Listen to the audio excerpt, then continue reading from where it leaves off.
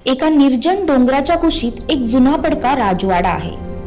लोक म्हणतात तिथे रात्रीच्या वेळी गुंगरांचा आवाज येतो, पण हा आवाज कोणाला घाबरवण्यासाठी नाही तर कोणाला तरी शोधण्यासाठी आहे असं त्यांचं म्हणणं होतं। साधारण 400 वर्षापूर्वीची गोष्ट आहे। या राज्याची राजकन्या रत्नप्रभा हिला नृत्याची प्रचंड आवड होती।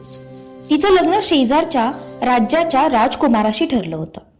लग्नाच्या दिवशी आपल्या खोलीत तयार होत असताना अचानक राजवाड्यावर शत्रूने हल्ला केला। रत्नप्रभाचा होणारा पती तिला वाचवण्यासाठी धावत आला, पण शत्रूच्या एका बाणाने त्याचा प्राण हेरला। रत्नप्रभाला हे सहन नाही झालं।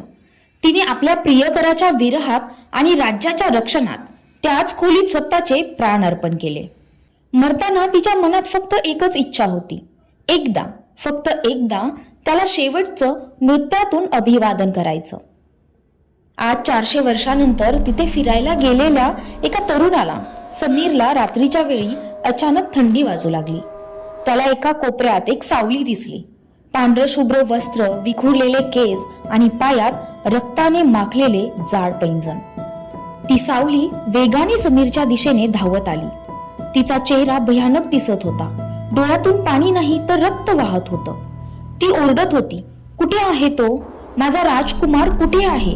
समीर भीतीने थरथर कापायला लागला। त्याला वाटलं आता आपला शेवट नक्की आहे।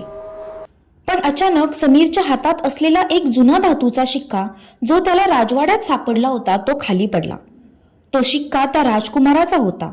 ती सावली जाग्यावरच थांबली। तिने तो शिक्का हातात घेतला। तिचा तो भयानक चेहरा हळूहळू शांत झाला आणि त्या चेहऱ्यातून एका सुंदर राजकन्येचं रूप समोर आलं। तिच्या डोळ्यात आता राग नाही तर अथांग दुःख होतं। तिने तो शिक्का छातीशी कवटाळला आणि समीरकडे बघून मंदस्मित हास्य केलं। तिचे शब्द हवेत विरघळले, शेवटी त्याची निशाणी मला मिळाली, आता मी शांत होऊ शकते। पांढऱ्या धुरासारखी ती आकृती हळूहळू हवेत विरून गेली। मागे उरला होता तो फक्त हवेत दरवळणारा फुलांचा सुगंध आणि ती शांतता।